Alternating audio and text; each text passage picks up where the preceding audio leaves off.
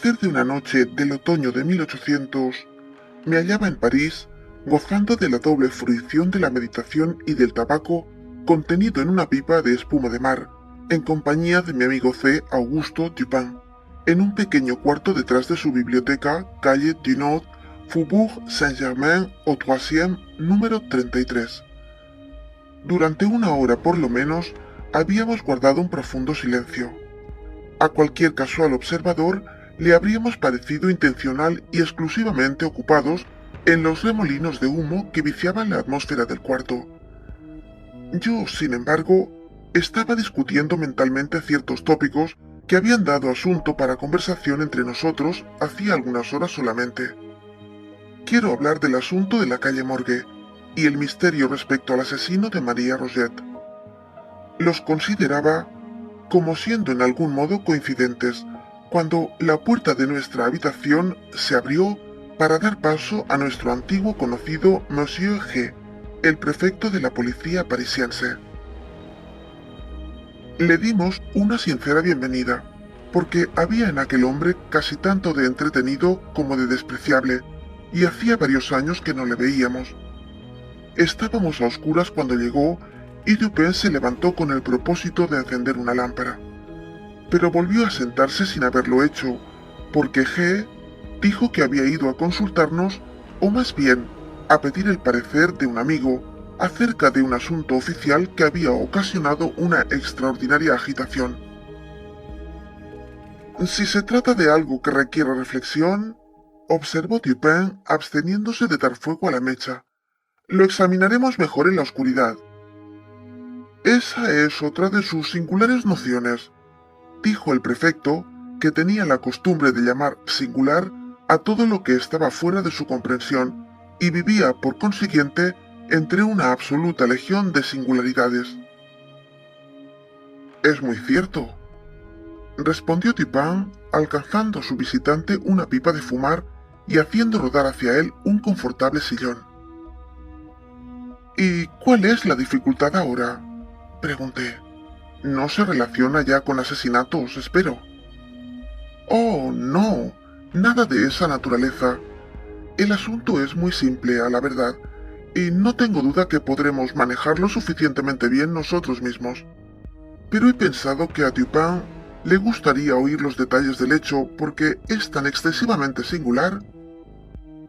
Simple y singular, dijo Dupin. Y bien, sí, y no exactamente una, sino ambas cosas a la vez. Sucede que hemos sido desconcertados porque el asunto es tan simple y sin embargo nos confunde a todos. Quizá es precisamente la simplicidad lo que desconcierta a usted, dijo mi amigo. ¿Qué desatino dice usted ahí?, replicó el prefecto riendo de todo corazón. Quizá el misterio es demasiado sencillo, dijo Dupin. Oh, por el ánima de... ¿Quién ha oído jamás una idea semejante? Demasiado evidente por sí mismo. Hizo nuestro visitante profundamente divertido. Oh, Dupin, usted me va a hacer reventar de risa. ¿Y cuál es por fin el asunto de qué se trata?, pregunté. Se lo diré a usted, replicó el prefecto, profiriendo un largo, fuerte y reposado puf y acomodándose en su sillón. Se lo diré en pocas palabras, pero antes de comenzar, le advertiré que este es un asunto que demanda la mayor reserva, y que perdería sin remedio mi puesto si se supiera que lo he confiado a nadie. Continúe usted, dije. O no continúe, dijo Dupin. De acuerdo. He recibido personal informe de un altísimo personaje de que un documento de la mayor importancia ha sido robado de las habitaciones reales. El individuo que lo robó es conocido. Sobre este punto no hay la mínima duda. Fue visto en el acto de llevárselo. Se sabe también que permanece todavía en su posesión. ¿Cómo se sabe esto?, preguntó Dupin. Se ha deducido perfectamente, replicó el prefecto, de la naturaleza del documento y de la no aparición de ciertos resultados que nacerían de repente por el solo hecho de no hallarse ya en poder del ladrón, es decir, a causa del empleo que debe intentar hacer de él en el caso de emplearlo. Sea usted un poco más explícito, dije. Bien, puedo aventurar hasta decir que el papel en cuestión da a su poseedor un cierto poder en una cierta parte, donde tal poder es inmensamente valioso. El prefecto era amigo de la mojigatería de la diplomacia. Todavía no comprendo bien, dijo Dupin. ¿No? Bueno, el descubrimiento del papel a una tercera persona, que es imposible de nombrar, pondrá en tela de juicio el honor de un personaje de la más elevada posición. Y este hecho da al poseedor del documento un ascendiente sobre el ilustre personaje cuyo honor y tranquilidad son así comprometidos. Pero este ascendiente, repuse, dependería del conocimiento que tiene el ladrón de que es conocido del dueño del papel. ¿Quién se ha atrevido? El ladrón, dijo G, es el ministro D, quien se atreve a todo. Uno de esos hombres tan inconvenientes como convenientes. El método del robo no fue menos ingenioso que arriesgado. El documento en cuestión, una carta para ser franco, había sido recibida por el personaje robado, en circunstancias que estaba solo en su real boudoir. Mientras que la leía, fue repentinamente interrumpido por la entrada de otro elevado personaje, a quien deseaba especialmente ocultarla. Después de una apresurada y vana tentativa de esconderla en una gaveta, fue forzado a colocarla, abierta como estaba, sobre una mesa. La dirección, sin embargo, era lo que quedaba a la vista, y el contenido, así cubierto, hizo que la atención no se fijara en la carta. En este momento entra el ministro D. Sus ojos de lince perciben inmediatamente el papel, reconocen la letra de la dirección, observa la confusión del personaje a quien ha sido dirigida y penetra su secreto. Después de algunas gestiones sobre negocios, deprisa, como es su costumbre, saca una carta algo parecida a la otra, la abre, pretende leerla y después la coloca en estrecha yuxtaposición con la que codiciaba. Pónese a conversar de nuevo durante un cuarto de hora casi sobre asuntos públicos. Al último, levantándose para marcharse, tomó de la mesa la carta que no le pertenecía. Su legítimo dueño lo vio, pero, como se comprende, no se atrevió a llamar la atención sobre el acto en presencia del tercer personaje que estaba a su lado. El ministro se marchó dejando la carta suya, que no era de importancia, sobre la mesa. Aquí está, pues, me dijo Dupin, lo que usted pedía para hacer el ascendiente completo, el conocimiento del ladrón de que es conocido del dueño del papel. Sí, replicó el prefecto, y el poder así alcanzado en los últimos meses ha sido empleado con objetos políticos hasta un punto muy peligroso. El personaje robado se convence cada día más de la necesidad de reclamar su carta. Pero esto, como se comprende, no puede ser hecho abiertamente. En fin, reducido a la desesperación, me ha encomendado el asunto. ¿Y quién puede desear?, dijo Dupin arrojando una espesa bocanada de humo. O si quiere imaginar un oyente más sagaz que usted. Usted me adula, replicó el prefecto. Pero es posible que algunas opiniones como esas puedan haber sido sostenidas respecto a mí. Es claro, dije, como lo observó usted, que la carta está todavía en posesión del ministro. Desde que es esta posesión, y no ningún empleo de la carta, la que confiere el poder. Empleándola, el poder se acaba. Cierto, dijo G. Y sobre esa convicción es bajo la que he procedido. Mi primer cuidado fue hacer una completa investigación en el alojamiento del ministro, y mi principal embarazo estriba en la necesidad de buscar sin que él lo sepa. Además, he sido prevenido del peligro que resultaría de darle motivos de sospechar de nuestro designio. Pero, dije, usted está completamente au fait en esas investigaciones, La policía parisiense ha hecho estas cosas muy a menudo antes. Ya lo creo, y por esa razón no desespero. Las costumbres del ministro me dan además una gran ventaja. Está frecuentemente ausente de su casa toda la noche. Sus sirvientes no son numerosos. Duermen a una distancia larga de la habitación de su amo, y siendo principalmente napolitanos, son embriagados con facilidad. Tengo llaves, como usted sabe, con las que puedo abrir cualquier cuarto o gabinete en París. Durante 3 meses no ha pasado una noche sin que haya estado empeñado personalmente en escudriñar el Hotel de D. Mi honor está interesado y para mencionar un gran secreto, el premio es enorme. Así no he abandonado la partida hasta que he llegado a convencerme plenamente de que el ladrón es un hombre más astuto que yo mismo. Me figuro que he investigado todos los rincones y todos los escondrijos de los sitios en que es posible que el papel pueda ser ocultado. Pero no es posible, exclamé. Aunque la carta pueda estar en posesión del ministro, como es incuestionable que la haya escondido en alguna parte fuera de su propia casa.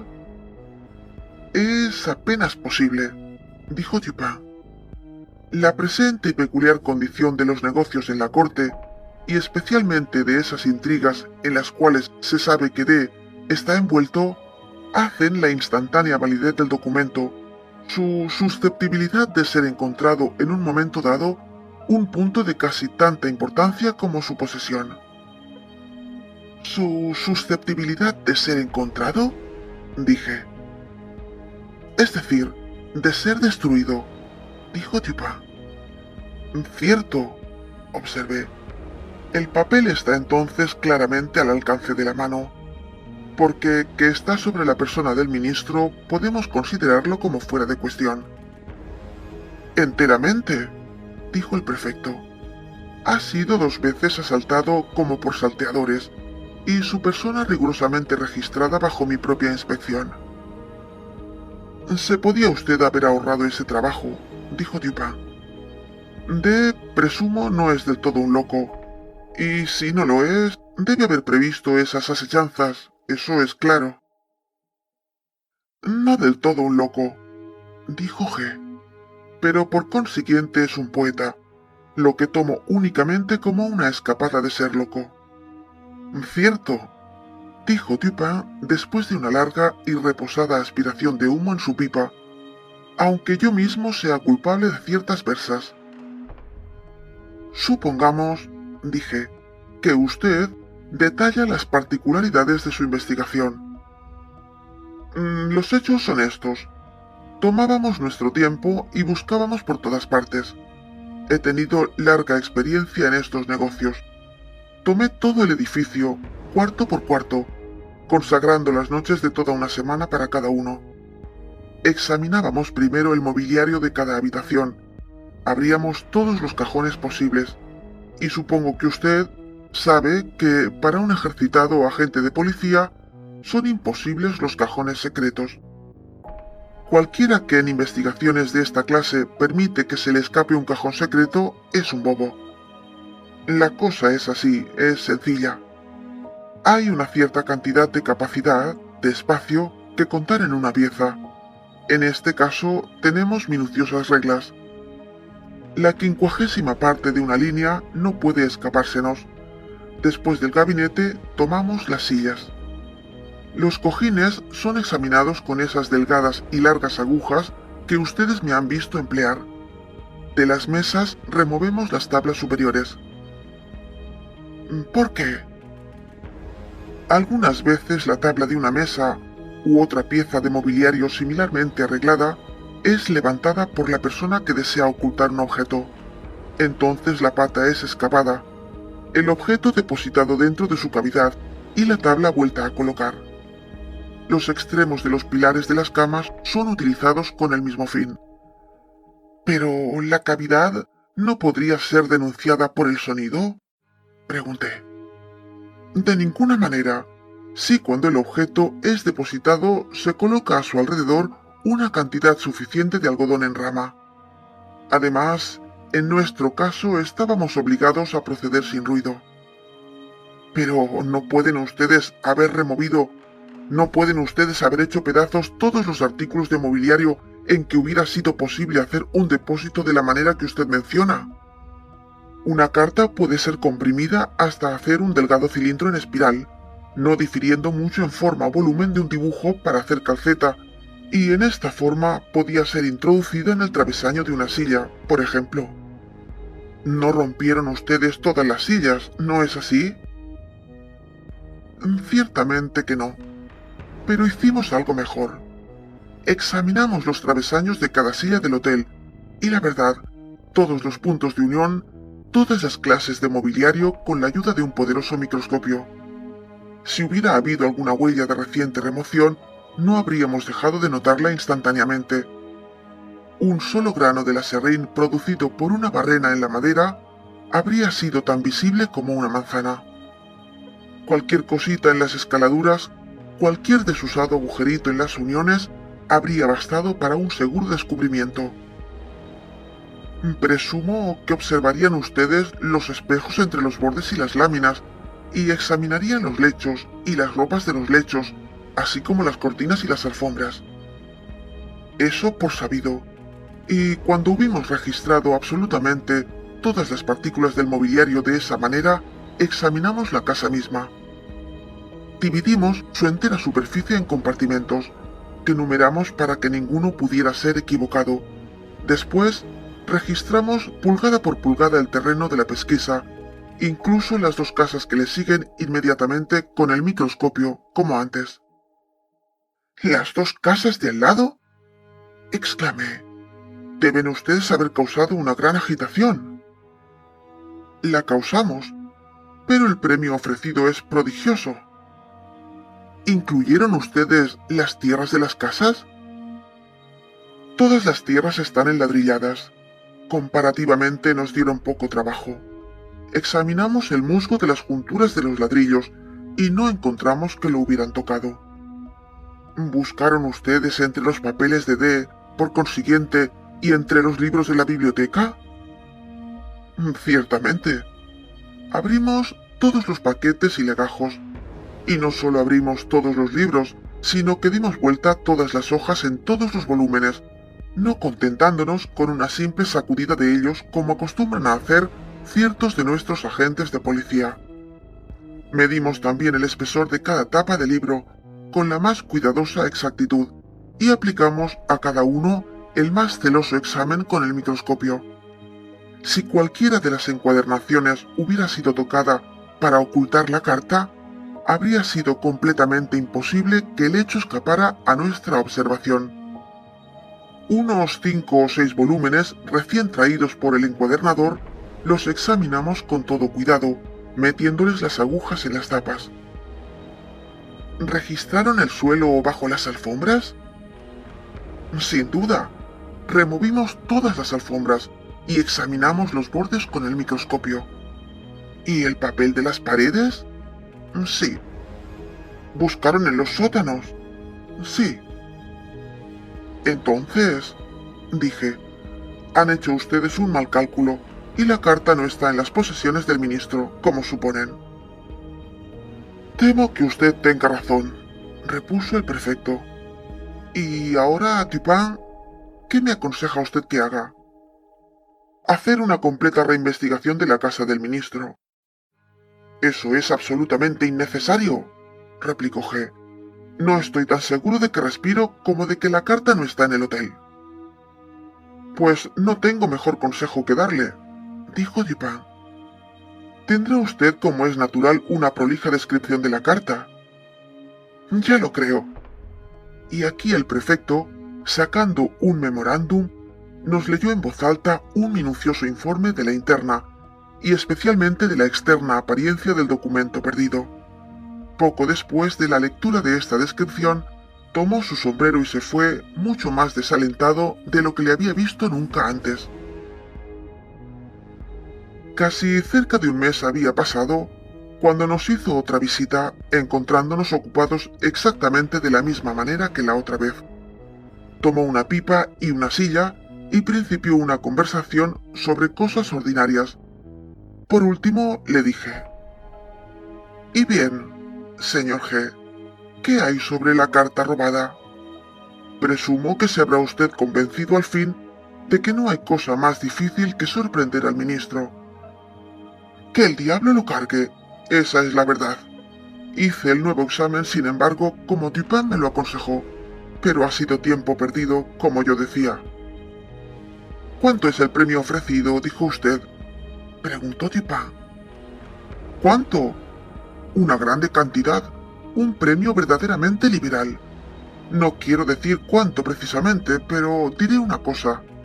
Y es que no me sería nada dar un cheque con mi firma por 50.000 francos a cualquiera que me entregara la carta.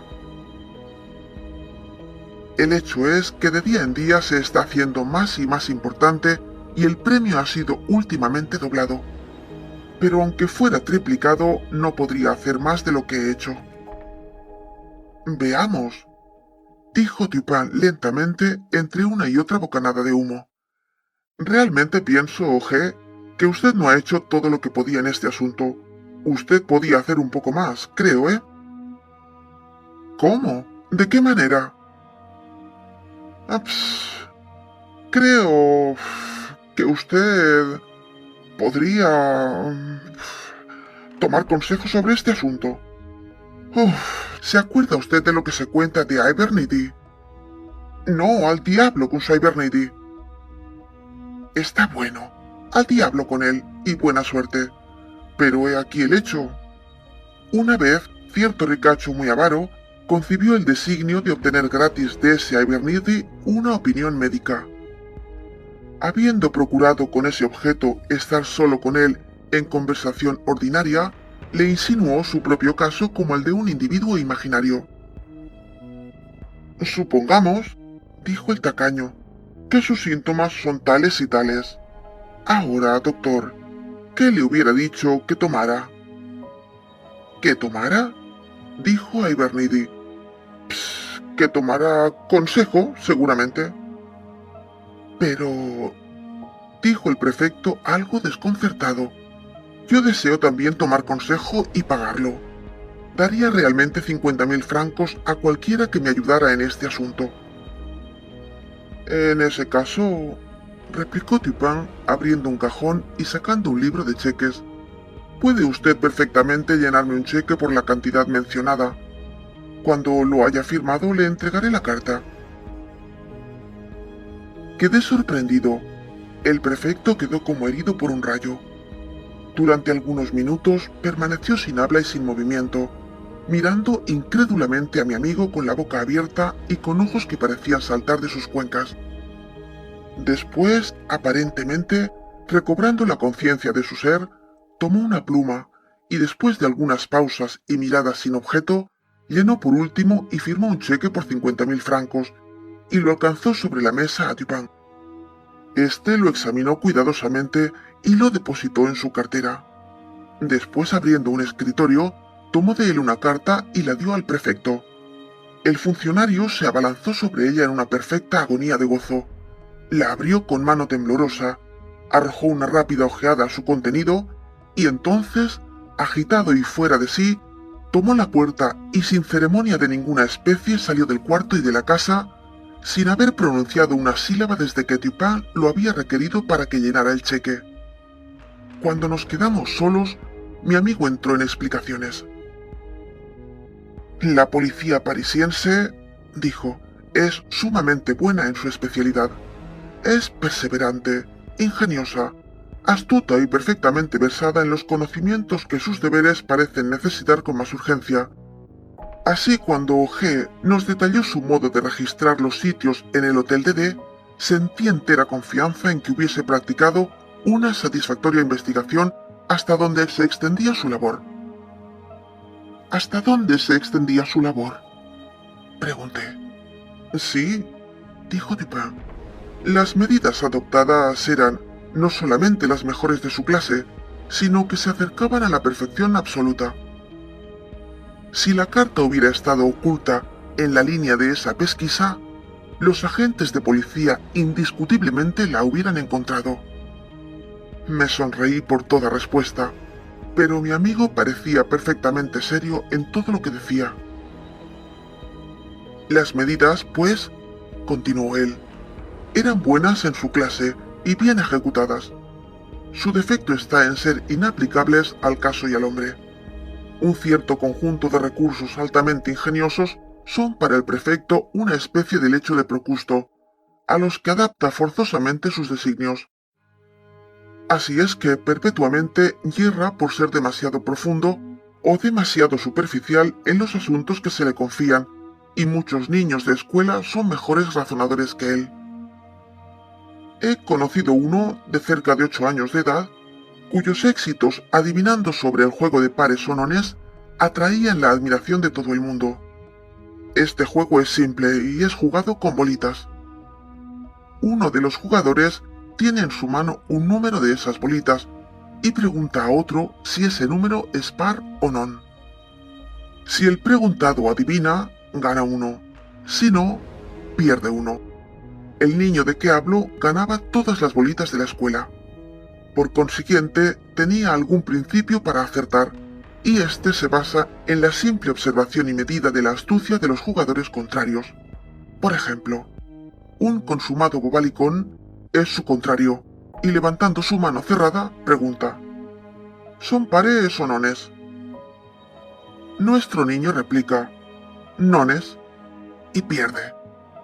Pero a la segunda prueba gana, porque entonces se dice a sí mismo: el bobalicón se puso pares la primera vez, y su cantidad de astucia es justamente suficiente para llevarlo a poner nones en la segunda. Por consiguiente, apostaré a que son nones. Apuesta a nones y gana. Ahora, con un Babieca un grado más arriba que el primero, hubiera razonado así. Este tal encuentra que en el primer caso aposté a nones, y en el segundo se propondrá a sí mismo, en el primer impulso, una simple variación de pares o nones, como hizo mi otro contrario. Pero entonces, en segundo pensamiento, le sugerirá que esta es una variación demasiado simple, y finalmente se decidirá a poner pares como antes. Por consiguiente, apostaré a pares. Apuesta a pares y gana. Ahora, este modo de razonar en el niño de escuela, a quien sus compañeros llamaban afortunado, ¿qué es en último análisis? Es simplemente, dije, una identificación del intelecto del razonador con el de su contrario. Eso es, dijo Dupin. Y después de preguntar al niño por qué medios efectuaba la completa identificación en que consistían sus éxitos, recibí la siguiente respuesta. Cuando deseo saber cuán sabio o cuán estúpido, o cuán bueno o cuán malo es alguno, o cuáles son sus pensamientos en un instante dado, acomodo la expresión de mi rostro tan cuidadosamente como me es posible, de acuerdo con la expresión del rostro de él, y entonces trato de ver qué pensamientos o sentimientos nacen en mi alma que igualen o correspondan a la expresión. Esta respuesta del niño de escuela reside en el fondo de toda espúrea profundidad que ha sido atribuida a la Rochefoucauld, a la Bruyère, a la Maquiavelo y a Campanelle.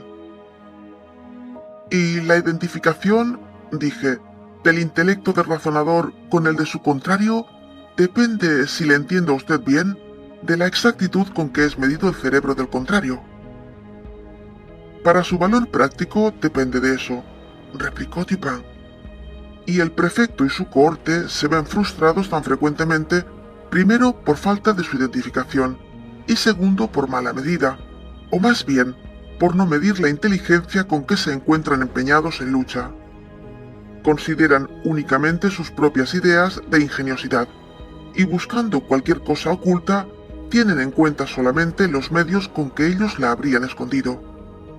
Tienen mucha razón en esto, que su propia ingeniosidad es una fiel representación de la de las masas, pero cuando la astucia del reo es diversa en carácter de la de ellos, el reo les escapa. ¿Es lógico? Eso sucede siempre que esa astucia está por arriba de la de ellos, y muy habitualmente cuando está por abajo. No tienen variación de principio en sus investigaciones. Lo más que hacen, cuando son excitados por alguna inhabitual urgencia, por algún extraordinario premio, es extender o exagerar sus viejos modos de práctica, sin tocar sus principios. Por ejemplo, en este caso de D, ¿qué se ha hecho para variar el principio de acción? ¿Qué es todo este taladrar, probar, hacer sonar y registrar con el microscopio y dividir la superficie del edificio en cuidadosas pulgadas cuadradas? ¿Qué es todo eso sino una exageración de la aplicación de un principio o conjunto de principios de pesquisa que está basado sobre el conjunto de nociones respecto a la ingeniosidad humana, a que el prefecto, en la larga rutina de su deber, ha sido acostumbrado? ¿No ve usted que ha dado por sentado que todos los hombres recurren a ocultar una carta, no precisamente en un agujero hecho con una barrena en la pata de una silla, sino, cuando menos, en algún oculto agujero o rincón sugerido por el mismo tenor del pensamiento que excitaría a un hombre de esconder una carta en un agujero hecho con una barrena en la pata de una silla? ¿Y no ve usted también que tales rincones buscados para ocultar son adaptados únicamente a las ocasiones ordinarias y serían adoptados solamente por inteligencias ordinarias? Porque, en todos los casos de ocultación, una disposición del objeto ocultado, una disposición de él de esta manera buscada, es casi siempre presumible y presumida. Y así, el descubrimiento depende no sobre la penetración absolutamente, sino sobre el simple cuidado, paciencia y determinación de los buscadores, todo junto. Y cuando el caso es de importancia, o lo que quiere decir lo mismo a los ojos policiales, cuando el premio es de magnitud, las cualidades en cuestión no se ha visto que fallen jamás. Ahora entenderá usted indudablemente lo que quise decir, sugiriendo que si la carta hubiera sido ocultada en cualquier parte dentro de los límites del examen del prefecto, o en otras palabras, si el principio de su ocultación hubiera estado comprendido dentro de los principios del prefecto, su descubrimiento habría sido un asunto absolutamente fuera de duda. Este funcionario, sin embargo, ha sido completamente engañado, y la remota fuente de su fracaso reposa en la suposición de que el ministro es un loco, porque ha adquirido fama como poeta.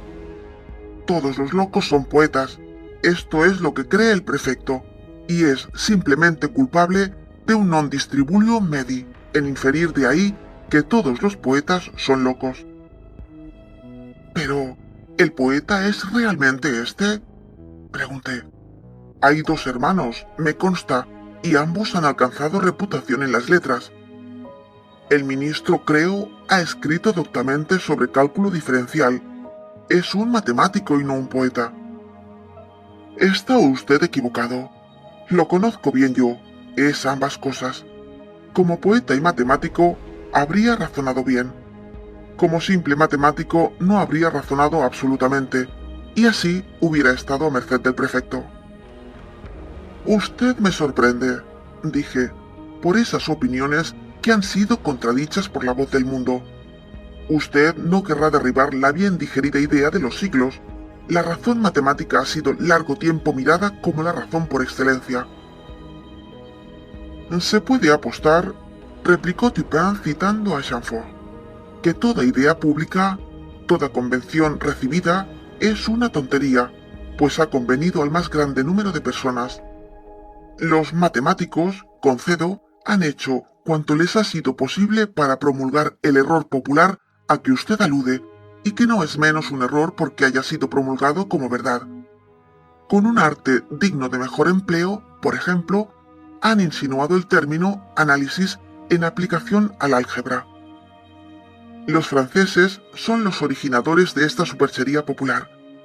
Pero si un término es de alguna importancia, si las palabras derivan algún valor de su aplicabilidad, análisis expresa álgebra poco más o menos como en latín ambitus implica ambición, religio, religión, homines honesti, un conjunto de hombres honorables.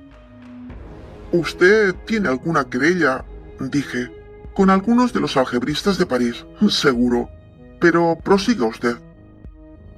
Disputo la validez y por consiguiente el valor de esa razón que es cultivada en una forma especial, distinta de la abstractamente lógica. Disputo, en particular, la razón aducida por el estudio matemático. Las matemáticas es la ciencia de la forma y cantidad. El razonamiento matemático es simplemente la lógica aplicada a la observación sobre forma y cantidad. El gran error reposa en suponer que hasta las verdades de lo que es llamado álgebra pura son verdades abstractas o generales, y este error es tan extraordinario que me confundo ante la universalidad con que ha sido recibido. Los axiomas matemáticos no son axiomas de verdad general. Lo que es verdad de relación, de forma y de cantidad es a menudo grandemente falso respecto a moral, por ejemplo. En esta última ciencia es muy usualmente incierto que las partes agregadas son iguales al todo. En química el axioma falla también. En la consideración de motivo falla, porque dos motivos, cada uno de un valor dado, no tienen necesariamente, cuando se les une, un valor igual a la suma de sus valores aparte. Hay muchas otras numerosas verdades matemáticas que son verdades únicamente dentro de los límites de la relación. Pero el matemático arguye, apoyándose en sus verdades infinitas, según es costumbre, como si ellas fueran de una aplicabilidad absolutamente general, como si el mundo imaginara en realidad que lo son. Boyan, en su recomendable mitología, menciona una análoga fuente de error, cuando dice que, aunque las fábulas paganas no son creídas, sin embargo lo olvidamos continuamente y hacemos inferencias de ellas como si fueran realidades. Entre los algebristas, no obstante que son paganos ellos mismos, las fábulas paganas son creídas y las inferencias se hacen no tanto por culpa de la memoria, sino por una incomprensible infecundidad de los cerebros.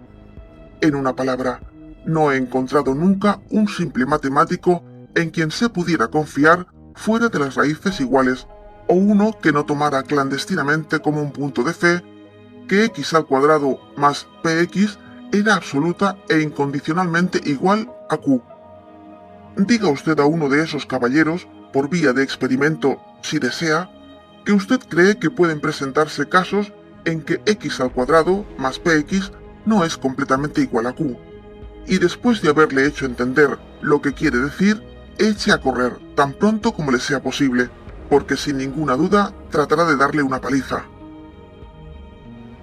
Quiero decir, continuó Dupin, mientras me reía yo de su última observación, que si el ministro hubiera sido nada más que un matemático, el prefecto no habría tenido necesidad de darme este cheque.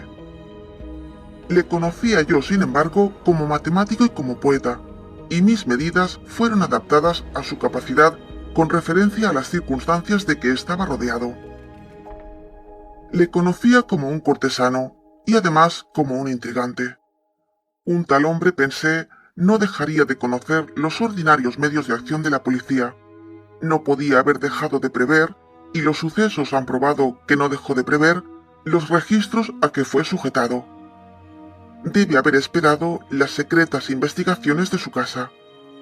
Sus frecuentes ausencias de ella, en la noche que eran celebradas por el prefecto como cierta ayuda a sus éxitos, las miré únicamente como astucias para procurar oportunidad a la policía de hacer un completo registro e imprimirle así lo más pronto posible la convicción a que G llegó al último, de que la carta no estaba en la casa.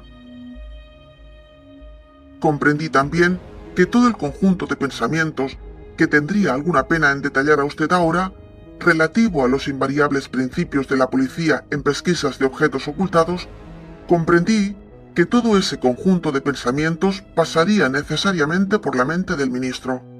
Eso le llevaría, de una manera inevitable, a despreciar todos los ordinarios escondrijos.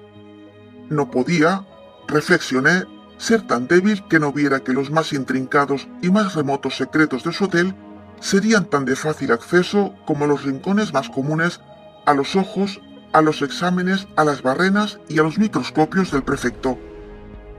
Vi por fin que sería impelido como un asunto de lógica a la simplicidad si no era deliberadamente inducido a aceptarla como un asunto de elección. Recordará usted quizá con cuánta gana se rió el prefecto cuando sugerí en nuestra primera entrevista que era muy posible que este misterio le embarazara tanto a causa de ser su descubrimiento demasiado evidente por sí mismo. Sí, dije, recuerdo bien su hilaridad. creí realmente que caería en convulsiones. El mundo material, continuó Dupin, abunda en muy estrictas analogías con el inmaterial, y así se ha dado algún color de verdad al dogma retórico de que la metáfora o símil puede ser empleada para dar más fuerza a un pensamiento o embellecer una descripción. El principio de vis inertiae, por ejemplo, parece ser idéntico en física y metafísica. No es más cierto en la primera que un gran cuerpo es puesto en movimiento con más dificultad que uno pequeño, y que su subsecuente momentum es proporcionado a esa dificultad, que lo es en la segunda, que intelectos de la más vasta capacidad, aunque más potentes, más constantes y más fecundos en sus movimientos que los de inferior grado, son, sin embargo, los menos prontamente movidos, y más embarazados y llenos de excitación en los primeros pasos de sus progresos. Otra cosa, ¿ha notado usted alguna vez cuáles son las muestras de casas de negocio que más llaman la atención? Nunca he acordado la más mínima observación a ese punto, dije. Hay un juego de acertijos, replicó él, que se juega sobre un mapa. Uno de los jugadores pide al otro que encuentre una palabra dada, el nombre de una ciudad, río, estado o imperio. Una palabra, en fin, sobre la abigarrada y confusa superficie de la carta. Un novicio en el juego trata generalmente de embarazar a sus contrarios, dándoles a buscar los nombres escritos con letras más pequeñas, pero el adepto escoge de esas palabras que se extienden en grandes caracteres de un extremo a otro de la carta. Estas, lo mismo que los anuncios y tablillas expuestas en las calles con letras grandísimas, escapan a la observación a fuerza de ser excesivamente notables.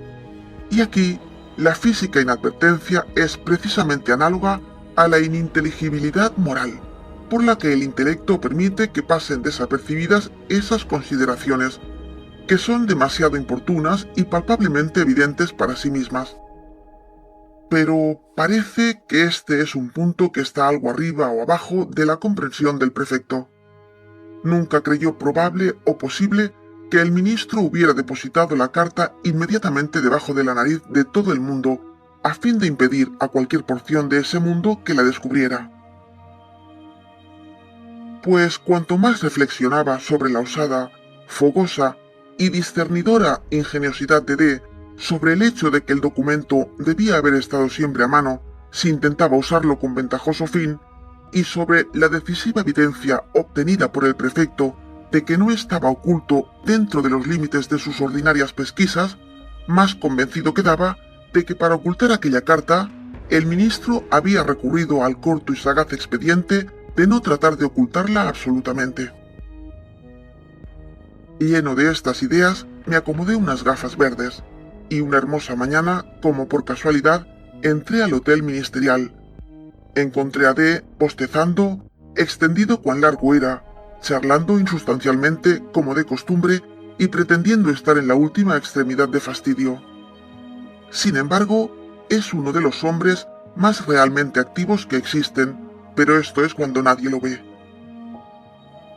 Para pagarle con la misma moneda, me quejé de mis débiles ojos y lamenté la necesidad en que estaba de usar gafas, bajo el amparo de las cuales examinaba cuidadosa y completamente toda la pieza, mientras en apariencia solo me ocupaba de la conversación que con él sostenía. Puse especial atención en una gran mesa escritorio cerca de la cual se sentó, y sobre la que había desparramados confusamente diversas cartas y otros papeles, uno o dos instrumentos de música y algunos libros. En ella, no obstante, después de un largo y deliberado escrutinio, no vi nada capaz de excitar particulares sospechas. Por último, mis ojos, examinando el circuito del cuarto, cayeron sobre una miserable tarjetera de cartón afilagranado que pendía de una sucia cinta azul sujeta a una perillita de cobre amarillo, colocada justamente bajo el medio de la repisa de la chimenea. En aquella tarjetera, que tenía 3 o 4 compartimentos, había 6 o 7 tarjetas de visita y una solitaria carta. Esta última estaba muy manchada y arrugada. Se hallaba rota casi en dos, por el medio, como si un designio de hacerla pedazos por su ningún valor hubiera sido cambiado y detenido después de haberla partido de aquella manera.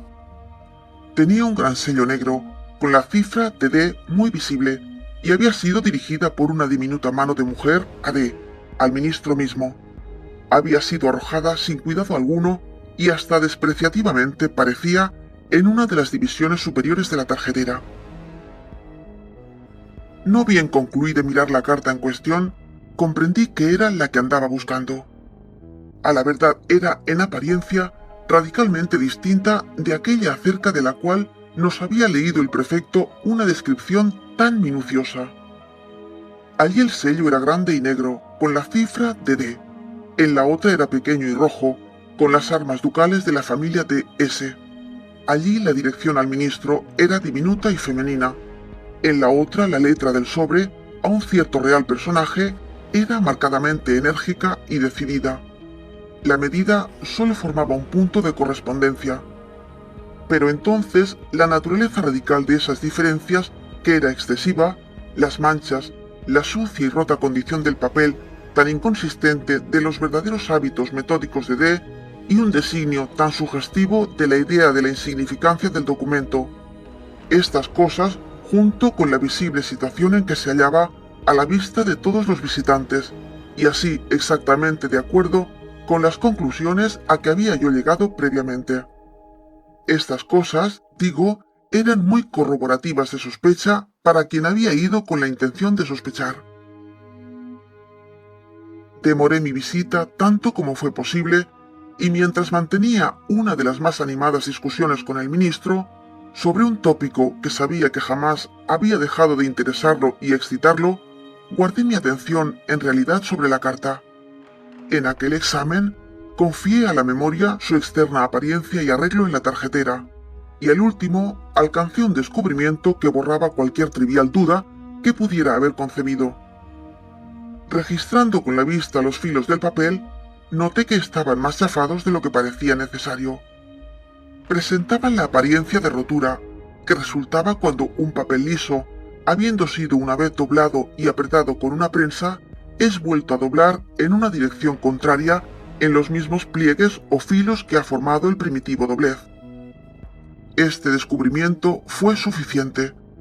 Fue claro para mí que la carta había sido dada vuelta, como un guante, lo de adentro para afuera. Una nueva dirección y un nuevo sello le habían sido agregados.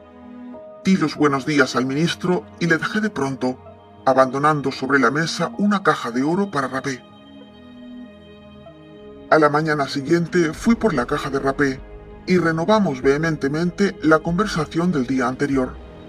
Mientras estábamos en ella empeñados, un fuerte disparo, como de una pistola, fue oído inmediatamente debajo de las ventanas del edificio y fue seguido por una serie de gritos de terror y exclamaciones de una cantidad de gente asustada. D se lanzó a una de las ventanas, la abrió y miró hacia la calle. Mientras me acerqué a la tarjetera, tomé la carta, la metí en un bolsillo de mi traje y la reemplacé por un facsímile de sus caracteres externos que había preparado cuidadosamente en casa, imitando la cifra de D con mucha facilidad, por medio de un sello con una miga de pan. El tumulto en la calle había sido ocasionado por la loca conducta de un hombre con un mosquete.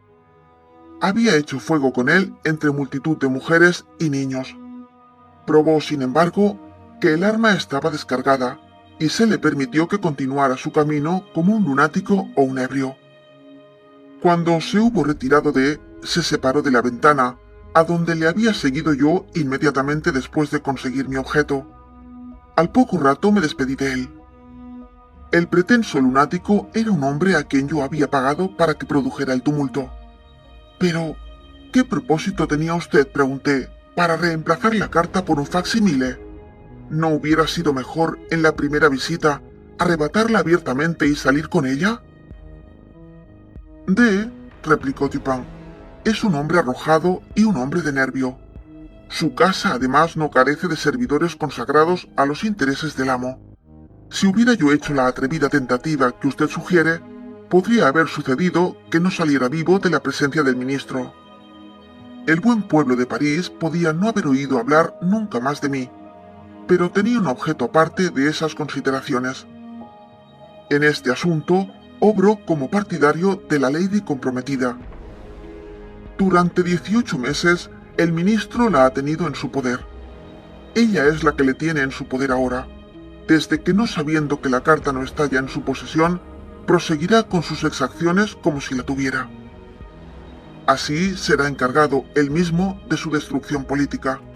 Su caída, además, no será más precipitada que torpe. Es igualmente exacto hablar, a propósito de su caso, de facilis descensus avernis, pues en todas especies de trepamientos, como Catalani dice del canto, es mucho más fácil subir que bajar. En el presente caso no tengo simpatía, ni siquiera piedad, por el que desciende.